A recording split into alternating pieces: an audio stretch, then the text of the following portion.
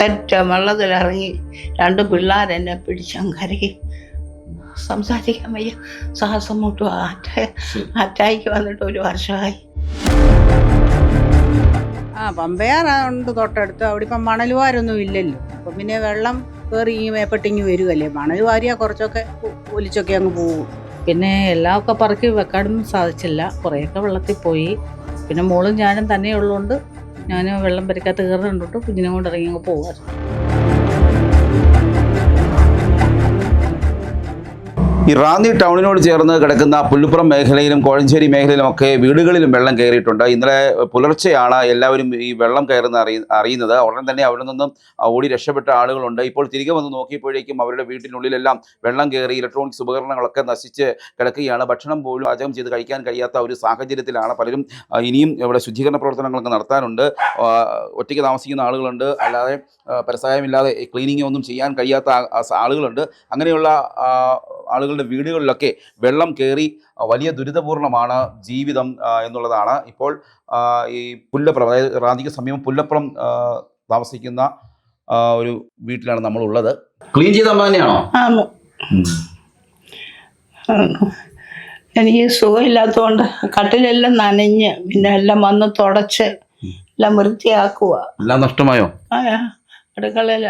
അടുക്കളയുടെ കഥമൊക്കെ വെളുപ്പിനെ ആയതുകൊണ്ട് അങ്ങ് ഉറങ്ങിപ്പോയി. അറിഞ്ഞില്ല വെള്ളം കയറിയത്. അപ്പം ഓണർ വന്ന് കതകിനിട്ട് കൊട്ടി വിളിച്ചു. അപ്പോഴത്തേക്ക് മുറിക്കകത്തെല്ലാം വെള്ളം കയറി കഴിഞ്ഞു. അപ്പം നമുക്കൊന്നും ഒതുക്കി വെച്ചേച്ച് പോകാനുള്ള സമയം കിട്ടിയില്ല. ഇറങ്ങി തെറ്റ വെള്ളത്തിലിറങ്ങി 2 പിള്ളേരെന്നെ പിടിച്ചങ്കരകി സംസാരിക്കാൻ വയ്യ. ശ്വാസം മുട്ടും.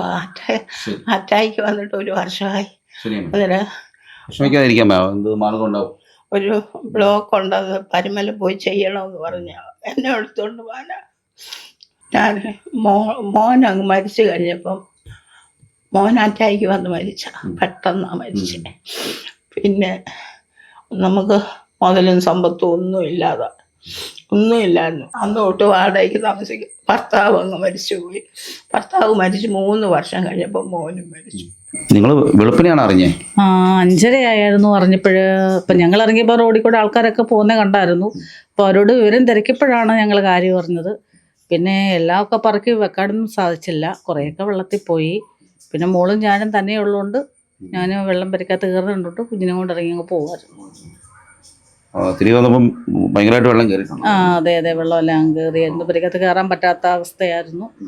ഫ്രിഡ്ജൊക്കെ ഫ്രിഡ്ജ് മാറ്റി വെച്ചുകൊണ്ട് വലിയ കുഴപ്പമില്ലാന്ന് തോന്നുന്നു. ബാക്കിയെല്ലാം ക്ലീൻ ചെയ്തോ? ഇല്ലില്ല, ക്ലീൻ ചെയ്യണം. ഇതെങ്ങനെയാണെന്നുണ്ടെങ്കിൽ ഇരിക്കുക. ഒറ്റയ്ക്ക് പറ്റില്ല, ആരെങ്കിലും ഉണ്ടെങ്കിലേ പറ്റുള്ളൂ. അതിങ്ങനെ നിൽക്കും.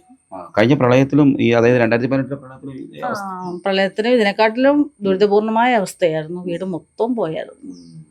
എല്ലാം പോയി. ഇപ്പൊ ഒന്ന് ഏകദേശമൊക്കെ ആയി വന്നതേ ഉള്ളായിരുന്നു. അപ്പൊ പിന്നെയും ഈ മേഖലയിൽ ഒരുപാട് പ്രശ്നങ്ങൾ അതെ, എല്ലായിടും വെള്ളം കയറിയതാ. എല്ലാ വീടുകളിലും വെള്ളം കയറി. എല്ലാവരും അവരവരുടെ വീട്ടിലെ സാധനങ്ങൾ പറക്കുമ്പോൾ ആരും ആരെയും സഹായിക്കാനൊന്നും പറ്റത്തില്ലല്ലോ. വെള്ളം പെട്ടെന്ന് കയറി വരും. ഭക്ഷണമൊക്കെ എത്തിച്ചു കൊടുക്കുക അങ്ങനെ ചെയ്തിട്ടുണ്ടോ? ഇല്ല, എൻ്റെ വീട് അപ്പുറത്താണ്. അവിടെ ഞാൻ സാധനം പറക്കുമായിരുന്നു. നിങ്ങൾ ഭക്ഷണമൊക്കെ കഴിച്ചോ? രാവിലെ ഫുഡ് കഴിച്ചു. എങ്ങനെ വരുത്തി കഴിക്കുമായിരുന്നു. അവിടെ കടയൊന്നും ഇല്ല, എന്നാലും ഭക്ഷണ സാധനങ്ങളൊന്നും ഉണ്ടാക്കാൻ പറ്റുന്ന അവസ്ഥയല്ലല്ലോ ഇപ്പം വീടിങ്ങനെ കിടക്കുന്നത് കാരണം. എന്താണ് ഈ പതിവായിട്ട് ഇങ്ങനെ വെള്ളം കയറുന്നത്? ഇപ്പം തൊട്ടടുത്ത് തന്നെ പമ്പയാറാണെന്ന് തോന്നുന്നു. പമ്പയാറുണ്ട് തൊട്ടടുത്ത്. അവിടെ ഇപ്പം മണൽ വാരൊന്നും ഇല്ലല്ലോ. അപ്പം പിന്നെ വെള്ളം കയറി മേപ്പെട്ടിങ്ങി വരുമല്ലേ. മണൽ വാരിയാൽ കുറച്ചൊക്കെ ഒലിച്ചൊക്കെ അങ്ങ് പോകും. ഏതായാലും 2018 ഇങ്ങനെ ഒരു സംഭവം ഉണ്ടായത്. ഇവരുടെ വീട്ടിലേക്കൊക്കെ വെള്ളം കയറി. ഇപ്പോൾ റാന്നിയിൽ നിന്നും കോഴഞ്ചേരിയിലേക്ക് പോകുന്ന ഒരു സ്ഥലത്താണ് ഇപ്പോൾ ഞാൻ നിൽക്കുന്നത്. ഇവിടെ ഈ വീട്ടിലേക്ക് വെള്ളം കയറുകയായിരുന്നു. വീട്ടുപകരണങ്ങളൊക്കെ നശിച്ചിട്ടുണ്ട്. മിക്ക വീടുകളിലും ഇത്തരത്തിൽ 1-ാം നിലയിൽ വരെ വെള്ളം കയറിയ ഒരു സാഹചര്യമായിരുന്നു. പലരും പുലർച്ചെ, അതായത് 5:30 വിവരങ്ങൾ അറിയുന്നത്. അപ്പോൾ തന്നെ ഇവിടുന്ന് മാറുകയായിരുന്നു.